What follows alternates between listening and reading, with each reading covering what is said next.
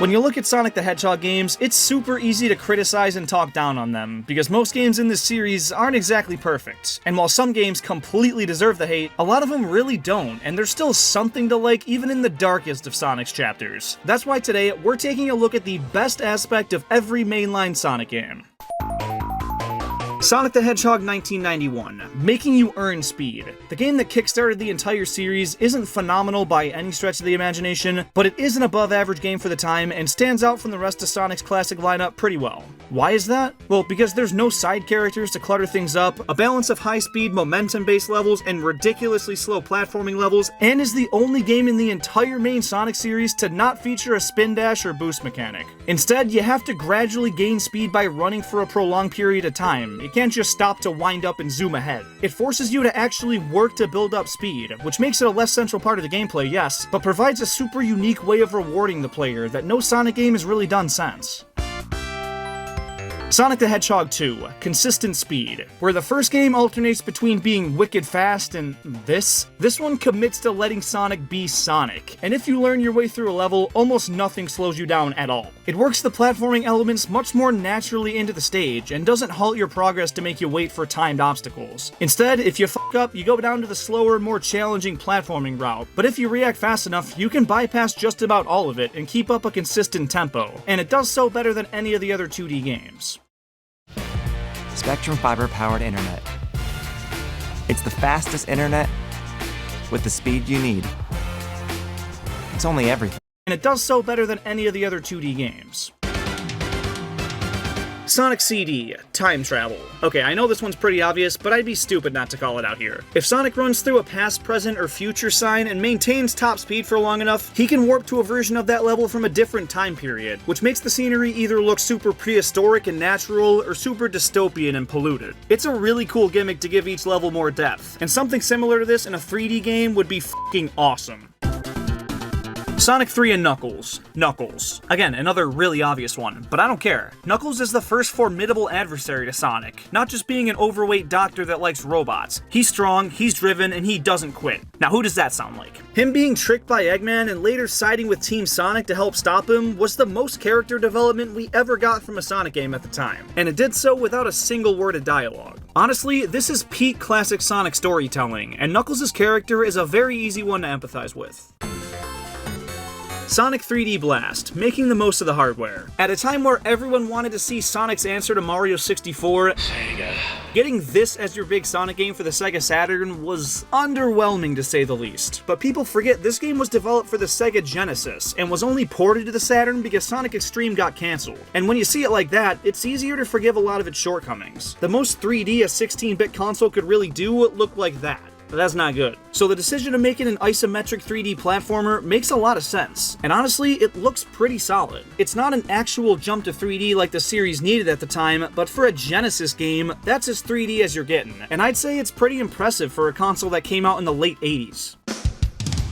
Sonic Adventure, different gameplay styles. Now, the plethora of gameplay styles can be seen as a bad thing because it gives some styles a lot less polish, but it doesn't make the good parts of the game suffer, it just pads the experience. The Sonic story is still phenomenal, some of the best designed levels in the history of the series. The Tails levels, equally really freaking good, and bring in a fun extra objective of beating Sonic to the end. The Knuckles levels, while not my thing, give you a more in-depth look at these areas that Sonic just zoomed through. The E102 Gamma levels, really fun, blow stuff up. The Big and Amy levels, kinda suck, but it's not a big deal because you're not forced to play any of them. You can enjoy all of Sonic's levels by playing just his story. You don't have to deal with being interrupted by these slower and sometimes less fun levels for the sake of progression like some later games make you do. And if you absolutely despise one of these playstyles, you can ignore it. It's not like the Werehog or Mech levels where you have to complete them to move on. They're just there if you want more content, and I absolutely love that about them. Sonic Adventure 2, Story. The Sonic and Shadow levels are peak Sonic gameplay, but I think the story stands out as the biggest highlight. Sure, there's a lot of plot points that are kinda dumb, and some things just make no sense, but it finds the balance between being a super silly and super serious narrative, and it rides that line almost flawlessly. I don't know if it did so on purpose, because a lot of the funniest moments were probably not intended to be, but Ryan Drummond's high-pitched, cartoony Sonic voice and the colorful cast makes the story feel really fun. While there are more serious elements like the fucking moon getting blown up and Shadow's not girlfriend Maria dying, it still finds a way to feel really lighthearted. Where every other Sonic game either takes itself too seriously or swoops down to all-time lows to make little kids laugh, this one hits it right on the mark. Honorable mentions go to the first adventure and Unleashed though. The Sonic Advance Trilogy, Character Selection. I always group these games together because, I'll be honest, I've only played a little bit of the first one, but the best thing I've gathered about them is the star-studded playable character lineup. You get Sonic, Tails, Knuckles, Amy, and Cream the Rabbit, so you can play through the main game as whoever your favorite character is, and I really like that. Sonic Heroes, the team mechanic. Another choice that's really predictable, but once again, can you really blame me? The team mechanic in Sonic Heroes is what makes the game memorable in the first place. It takes the idea of characters having their own unique attributes and being able to reach new routes because of them, and makes that a central part of the gameplay, which works really well. Now instead of going back to levels as a new character, you can make a quick switch to reach those paths. And these abilities are actually mandatory to use in unison in order to reach the end of most levels, and it's awesome. It's not perfect, but no gameplay style is on the first time around. It's just a shame we never got a sequel that fully polished and fleshed this idea out. Shadow the Hedgehog, multiple endings. The fact that the game makes you get all the multiple endings is dumb, but the idea of your actions in the stage affecting the way the story plays out is super cool. The good guys and bad guys are both spewing orders at you throughout the game, and whatever objectives you decide to complete change both how the level is played and how the plot unfolds, which I would love to see implemented in a more traditional Sonic game that doesn't have guns and cursing. Sonic Rush, the boost mechanic. This game introduced the boost style of gameplay, and it handles a lot better in 2D than it does in most of the 3D games that came after. That's mainly because the 2D perspective is much easier to maneuver and platform in, and therefore lends itself to supersonic speed a lot better. Where 3D boost games have a lot of these hallway sections and had to incorporate things like the quick step to compensate for Sonic's bad traction and maneuverability, this game being 2D is much more simple to control and maintains the feeling of high speed without compromising actual gameplay. Sonic the Hedgehog 2006, level design. Yes, I clickbaited you with 06's story being the best thing, but I will touch on that because the story isn't nearly as bad as it's made out to be. It is super confusing and way too dark for essentially a kid's game, I'll give you that, but Silver is a really good character, Amy has one of her best portrayals, and the Sonic Shadow rivalry is in full effect. Yes, the kiss is kinda weird, and Eggman looks like rancid poo-poo, I know, but at least it tried something new and was actually somewhat entertaining. Anyways, the level design. This is the final entry to feature the adventure style of gameplay, so you already know I dig it. Instead of the 2D, 3D hybrid stages that Boost style is known for, this game offers full 3D environments that maintain a feeling of speed while providing more room to explore and discover faster routes. It's not as open-ended as Adventure 1's levels, but isn't as linear as Adventure 2's either. It finds a really nice middle ground that honestly, without the bugs and god-awful loading screens breaking the immersion, could be great. I didn't say good, I said great. Sonic Rush Adventure soundtrack. The Sonic series is loaded in the music department, and while there is a handful of soundtracks I prefer to this one, it's the best thing this game has going for it. How they managed to get this level of audio quality out of the DS, I'll never understand. But it's all very upbeat, high energy, and feel good, and that's exactly what I look for in video game music. Sonic Unleashed, the graphics. In about a year, we'll be further from this game's release than the original Sonic the Hedgehog was in 2008. Translation, this game old, but it's still somehow the most beautiful game the series has to offer. The opening cinematic is gorgeous, and same with the other animated cutscenes. They put more effort here than they've done for any other Sonic narrative. Probably even the movies, if I'm being honest. The animations are so fluid, the characters are so expressive, and the worlds are stunning. Each of these areas is based off a real-world location, and you can just tell they put so much attention and care into doing each of them justice. Whether it's through the music, the architecture, or the locals, this game was committed to translating our world to Sonic's, and it bleeds into every aspect of the game in the best possible way. The only negative was honestly the optimization, but now, with the Series X being able to run it in full HD at 60 FPS, you can enjoy it in its fully realized glory, and I'd highly recommend it.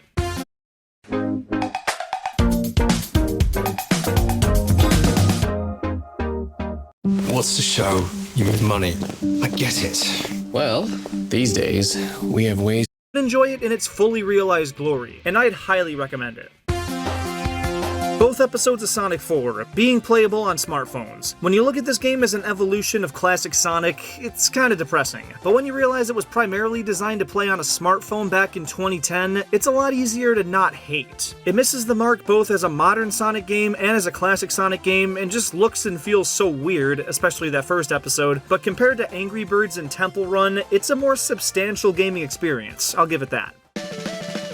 Sonic Colors, level themes. I wanted to give this title to Unleashed, but this game needs a positive more, so we're rolling with it. Sonic Colors features this interstellar amusement park built by Eggman, and each world hones in on certain attractions and power sources. While the graphics were super watered down, because it's still so cool to run through this colorful amusement park, these tasty dessert lands, ride on these deadly roller coasters, and see Eggman's mechanization clash with the natural beauty of Planet Wisp. I really don't like the Wisp transformations, but that's okay, because the vastness of space mixed with a tropical metropolis is a visual treat.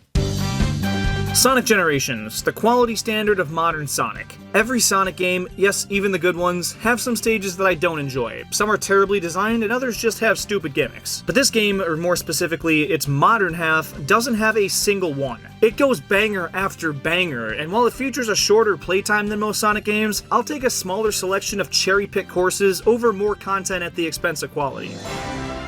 Sonic Lost World, cartoony art style. Where Unleashed had a beautiful, semi-realistic world, this game goes fully in the direction of a cartoon. Sonic's running animation is a figure 8, all the generic platforming tropes are given this very Sonic-feeling adaptation, and everything looks very simplified yet bubbly. It looks super polished and clean, kinda like Super Mario 3D World, where it's not a graphical showcase, but will stand the test of time. Sonic Boom Rise of Lyric. Humor. I love the Sonic Boom cartoon, and while the game suffers just about every issue it possibly could, a lot of the jokes still land. It carries over the character traits and writing style of the show with a super satirical and self-aware tone that makes it simple for kids to understand, but still funny in a stupid kind of way.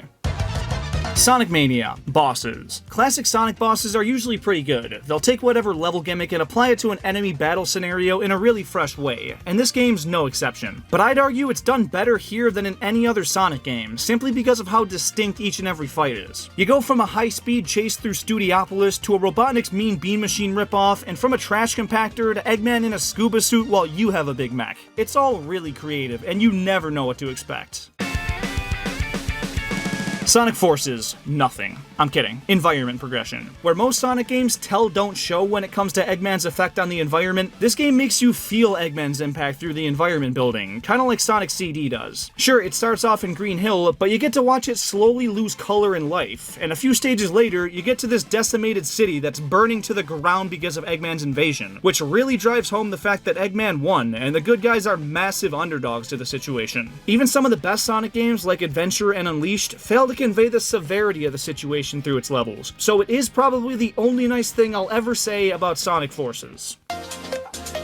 Sonic Frontiers, a clear focus. I haven't been the nicest to this game since launch, because I'm not too big a fan of these massive open world games, but I do gotta give it some credit because it did exactly what it set out to. These big areas are filled to the brim with unique enemies and obstacles to overcome, and it's a strong first attempt at this type of game for the series. And I especially like how they introduced a change of pace without introducing a new gameplay style. These cyberspace levels provide a really different feeling experience compared to the main game, but you still have the same moveset and mechanics, so it really just helps you sharpen your skills and keep a playthrough feeling fresh. Sonic Superstars, multiplayer. In every other Sonic game, it seems like multiplayer's an afterthought, and while it can still be fun, here you can tell the game was built with intent to play with other people. From the very start, you can choose to play as Sonic, Tails, Knuckles, or Amy, and a second through fourth player can make that same decision. It's not perfect, but no multiplayer in a platforming game is, and it's sure as hell better than the multiplayer in Mario Wonder, which is kinda surprising considering how fast-paced this game is, but it's 100% true. And at the time of making this, Sonic X Shadow Generations is still a few weeks out, but I did get the chance to play it at Summer Game Fest, and I'd say the best thing about the Shadow Generations half is the Chaos Control mechanic. When I realized you were supposed to freeze these projectiles into a line to form a bridge to run across, I fell in love with it, and I can't wait to see how they fully flesh it out. But there you have it, a way too critical Sonic fan saying something nice about every single game. If you have any different picks or thoughts to expand on, definitely drop a comment. I try my best to respond to as many as possible. And if you're a big Sonic the Hedgehog fan, definitely subscribe to this channel for more content just like this, and check out the video on screen that I know you'll enjoy. Thank you so much for watching, and please have a fantastic rest of your day. I'll see you later.